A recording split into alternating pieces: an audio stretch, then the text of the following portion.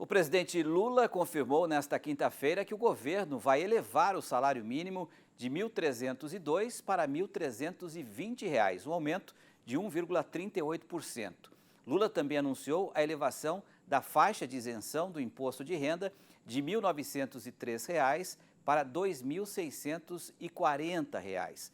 O anúncio aconteceu no mesmo dia da primeira reunião do Conselho Monetário Nacional, o CMN, entidade que tem como uma de suas atribuições definir a meta de inflação.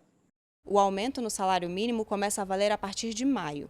Em dezembro, a equipe do governo de transição havia anunciado o reajuste do mínimo para janeiro deste ano, mas depois alegou que não havia dinheiro no orçamento para cumprir essa promessa. O salário mínimo atual é de R$ 1.302, valor fixado ainda pelo governo Bolsonaro. As declarações do presidente foram feitas durante uma entrevista à CNN Brasil e depois reafirmada nas redes sociais. No Twitter, o presidente Lula afirmou que vai recuperar a regra em que o salário, além da reposição inflacionária, terá o crescimento do PIB. Segundo ele, essa é a forma mais justa de distribuir o crescimento da economia. No caso do imposto de renda, a nova faixa de isenção começaria a vigorar no próximo ano. Durante a campanha, Lula prometeu subir a faixa de isenção para R$ 5.000. Na mesma rede social, o presidente disse que o aumento será gradual e afirmou que quem ganha R$ 6.000 paga mais proporcionalmente do que quem recebe mais. Esse anúncio acontece no mesmo dia da primeira reunião do Conselho Monetário Nacional, que é o órgão responsável pela formulação da política da moeda e do crédito no país. O CMN é composto pelo presidente do Banco Central, Roberto Campos Neto, e pelos ministros da Fazenda, Fernando Haddad, e do Planejamento, Simone Tebet. O encontro de hoje é o primeiro em que todos tiveram que sentar lado a lado após o desgaste entre o novo governo e o presidente do Banco Central, gerado por críticas do presidente Lula e aliados à condução da política monetária por parte da autarquia. Para Lula, o atual nível da Selic no país, 13,75% ao ano, atrapalha a retomada do crescimento do Brasil. Críticas também foram feitas à meta de inflação, que atualmente é de 3,25%, podendo oscilar 1,5 ponto percentual para cima ou para baixo. Em 2022, pelo segundo ano consecutivo, o Brasil não cumpriu a meta e registrou inflação acima do nível estabelecido pelo CMN. E a definição da meta de inflação é justamente um dos temas que podem ser discutidos na reunião do Conselho. Mas, segundo a afirmação feita por Haddad nessa semana, uma eventual mudança na meta de inflação para 2023 ainda não estaria na pauta do CMN hoje. Tradicionalmente, a reunião do Conselho que discute a meta de inflação ocorre em junho. Vamos ampliar essa pauta econômica, né? Conversando agora com o Ricardo Moura, do BTG Pactual, e também com o nosso comentarista Miguel Daúde. São vários assuntos importantes, então vamos abordar um a um. Começar com o nosso convidado, com o Ricardo, para que ele possa avaliar esse aumento, né, no salário mínimo. A gente sabe que qualquer aumento do salário mínimo impacta muito os programas sociais, os gastos do governo, porque tem compromissos com a Previdência também. E, ao mesmo tempo, uma isenção numa faixa do imposto de renda, o que deve representar menos ganho nos cofres do governo. Como é que você vê essas duas medidas, hein, Ricardo? Como é que o mercado deve receber? Boa noite, prazer tê-lo aqui. Boa noite, Antônio, tudo bem? Então, em relação ao salário mínimo, você tem, de fato, se você aumenta o salário mínimo, vários gastos do governo são indexados a ele, então isso faz com que você tenha uma pressão fiscal maior. Mas você também, quando você aumenta o salário mínimo, você coloca uma pressão na margem das empresas também. Isso às vezes pode acabar fazendo com que elas aumentem o preço do produto final e às vezes até pode causar um aumento maior de inflação exatamente porque você teve um aumento maior dos preços, né? Em relação ao... qual foi o outro ponto? Salário mínimo. O outro ponto é o imposto de renda. O imposto de renda, perfeito. Bom, me parece bom, né, que você tenha menos pessoas pagando imposto, né? A gente já paga imposto demais no Brasil. A gente sabe que, enfim, a gente não tem o retorno que a gente gostaria que tivesse. Mas, por outro lado, né, a gente vive numa sociedade que a gente tem um governo, a gente tem um Estado, a gente tem gastos, a gente tem dívida soberana. Então, se você abre mão de uma receita, você precisa ter uma contrapartida, que é ou arrecadar mais ou diminuir seus gastos. e a gente não vê muitas ações do governo para fazer frente, né, a essa redução de arrecadação. Então, eu acho que a gente precisa ver essa contrapartida do governo até para a gente ter, enfim, um estresse menor aí no mercado financeiro, na nossa curva de juros, e aí, eventualmente, a gente, inclusive, poder, né, derrubar a taxa de juros aí para um patamar que seja mais assaltável, mais aceitável e mais saudável para a economia como um todo. Perfeito. Daúde, eu queria pegar esse ponto que o Ricardo acaba de abordar, né, que é a questão da contrapartida, né? Você que está por dentro da proposta de uma nova âncora fiscal, né, esse anúncio leva em conta a nova regra para ser anunciada, e é importante isso para o mercado, uma sinalização de onde o governo, né, vai encontrar dinheiro para poder cumprir todas essas, não promessas mais, né? Agora já fatos concretos, o aumento do salário mínimo e também a diminuição da isenção da tabela do imposto de renda. Hein, Daúde? Boa noite. Boa noite, Petri. Boa noite, Ricardo. Bom, vamos começar pelo aumento do salário mínimo e pela isenção do imposto de renda. A partir de maio, porque em abril vai ser revista a LDO, a Lei de Diretrizes Orçamentárias, e tudo indica que vai haver um aumento de arrecadação, né, em função do imposto inflacionário, porque quando você tem um aumento de inflação nos produtos, você acaba arrecadando mais. E o outro ponto é uma revisão do Bolsa Família, que, segundo, né, o governo, você tem como economizar quase 6 bilhões. Então, você consegue acomodar essas despesas. Agora, com relação a essa questão da âncora fiscal, né, que o Haddad vai propor, ele vai estabelecer uma relação da dívida, PIB e despesa, né? Porque você não pode atrelar as despesas mais a inflação e amarrar para o ano seguinte, você acaba amarrando o governo. Então, você, de uma certa forma, você vai ter que fazer um esforço para a relação dívida-PIB e despesa manter uma equidistância, né, para você poder administrar os seus gastos. Só que, né, como o Ricardo colocou muito bem, quando a gente olha a curva de juros, ela está subindo, Pedro.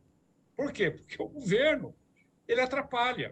Quando ele fala assim, não, mas eu vou mexer na meta, o Banco Central usa a taxa de juros muito alta, eu vou levar o presidente do Banco Central para conhecer os bolsões de miséria do Brasil. Para com isso, presidente. Isso aí, o que o senhor está fazendo? O senhor está cada vez mais se enrolando, né, num cipoal de problemas que o senhor vai ter pela frente, porque aí o senhor vai ter problema com a nova âncora fiscal, você não consegue conter porque a inflação, quando ela escapa, né, da lei de oferta e demanda, ela ganha uma inércia inflacionária e aí não tem como combater. Perfeito. Então tem que ancorar a inflação, trazendo para o presente uma relação de compromisso coerente com o sistema financeiro. Desse jeito, Petro, eu vejo com muita dificuldade o que está acontecendo. Agora, Ricardo, esse ponto que o Daúde toca, a questão da inflação.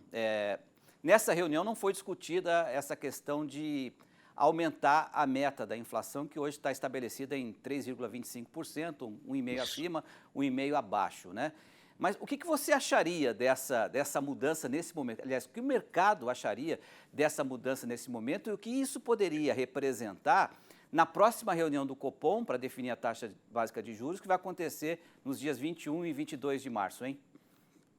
Perfeito. Em relação à meta de inflação, eu acho que seria uma medida paliativa para baixar os juros, seria uma maneira de você admitir uma inflação maior e aí simplesmente isso poder fazer com que você tenha um juros mais baixo. Mas juros amarretada não funciona. Se você simplesmente pega e abaixa os juros no momento que a gente está hoje, a curva longa de juros vai estressar bastante para cima. E aí, na prática, tudo que o Lula quer, o que o governo quer, não vai se realizar. Que é, por exemplo, você tem empréstimo mais baixo para as famílias, incentivar consumo, porque a hora que o cara for pegar o empréstimo, se tiver uma curva longa a 16, o cara não vai pegar o empréstimo a CDI a 2, ele vai pegar a 16, até mais, porque tem um risco maior, etc. Então, assim, seria uma medida, a meu ver, totalmente descabida. Assim, é uma discussão complexa, porque você mistura questões políticas, questões ideológicas, questões técnicas, né, de economia, etc., mas, assim, me parece que não faz nenhum sentido. E em relação, aqui é uma visão mais pessoal, inclusive acho que a meta de inflação do Brasil deveria ser mais próxima de 2, que é a meta dos países desenvolvidos. Porque é um jeito de você, pelo menos, parear a sua moeda à moeda base do mundo, que é o dólar, que, né, os Estados Unidos ele tem uma meta ali que roda na casa de 2%. Se você admite uma meta na casa de 4%, só nisso você já está admitindo que a sua moeda vai se desvalorizar em relação ao dólar ao longo do tempo. Só por essa lógica, você já deveria, por exemplo, sempre estar comprado em dólar, porque ele vai se desvalorizar ao longo do tempo. Eu sei que não é tão preto no branco, mas eu acredito que, né, a gente deveria, inclusive, ter uma meta de inflação mais baixa do que é hoje. Em relação à reunião do Copom no mês que vem, eu sinceramente acredito que, mesmo que tivesse alguma mudança, me parece que está bem assentado que a gente chegou no topo do ciclo de juros, a gente não deve ter mais aumentos para frente. A questão é que talvez a gente tenha esses juros altíssimos por mais tempo, né? Se a gente não tiver, de fato, um cenário ali mais amplo internamente. E aí você joga algumas questões também macro externas, né, que acabam por vasos comunicantes impactando o mercado interno também. Mas mesmo que tivesse alguma mudança nessa linha de meta de inflação, eu não acredito que isso mexeria na Selic, né, Selic / CDI, mas se tivesse alguma mudança nesse sentido, eu acredito que a gente teria um impacto na curva de juros mais longa. Ô Daúde, diante desse cenário, qual é o resumo que você faz para o nosso público, né, para o público do setor agropecuário, com tendência de juros ainda altos, né, com o governo ainda sem definir uma estratégia para contornar as contas públicas? Que resumo que você faz, que alerta você passa ao nosso produtor?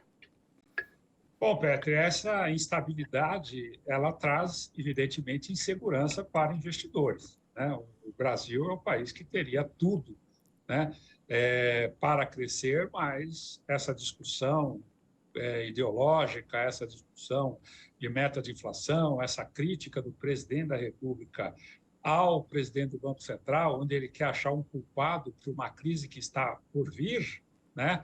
Isso é claro, o Lula, ele sabe o que ele está falando e ele sabe o que ele quer. E o que ele quer é exatamente achar uma justificativa para uma crise. Só que ele pode cometer os mesmos erros que o Bolsonaro cometeu. Ele vai arrumar um inimigo que ele não vai conseguir combater. E no caso da economia, né, é muito pior, porque aí ele perde totalmente o apoio popular, né? Ele perde totalmente. Se ele continuar, se o governo continuar patinando ou não sabendo onde quer chegar, ele realmente pode perder toda a sustentação popular, porque a inflação vai continuar, né? E a taxa de juros vai continuar alta, que você não vai conseguir resolver. Porque o custo do dinheiro é o juro, né? É uma commodity.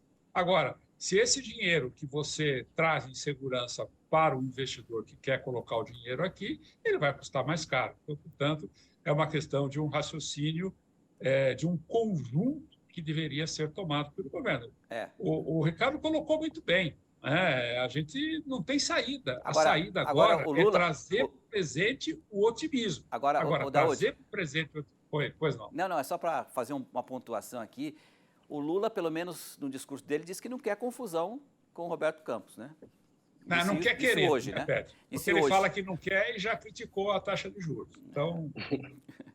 Agora, Ricardo, como é que você acha que isso vai repercutir no mercado amanhã, né? Porque essa reunião aconteceu agora há pouco, os mercados já fechados, né? A Bolsa, o dólar, a gente vai dar as cotações daqui a pouquinho, mas como é que você acha que o Ibovespa, principalmente, né, vai reagir a partir de agora, que vem sempre recuando, avançando pouco? Como é que está o mercado financeiro, o termômetro do mercado financeiro? Vocês aí dos bancos, né, podem dar essa impressão para a gente. Perfeito. Assim, eu acredito que como a meta não foi alterada, então as coisas se mantêm como elas já estavam antes. Então eu acredito que não vai ter nenhum impacto muito forte no mercado. Talvez possa ter uma leve alta, alguma coisa do tipo, por um otimismo maior de que não vão fazer besteiras aí na condução da política monetária, mas assim, não vejo nenhum impacto direto muito relevante para amanhã no mercado. Ricardo, obrigado pela sua participação, pela sua análise aqui. Seja bem-vindo numa outra oportunidade. Uma boa noite para você. Boa noite, Antônio. Boa noite, Miguel. Obrigado aí. Valeu. Valeu, Daúde. Obrigado pela análise aí. Até amanhã. Até amanhã. Um abraço a todos, um abraço a você, Ricardo. Boa noite. Até Valeu. mais.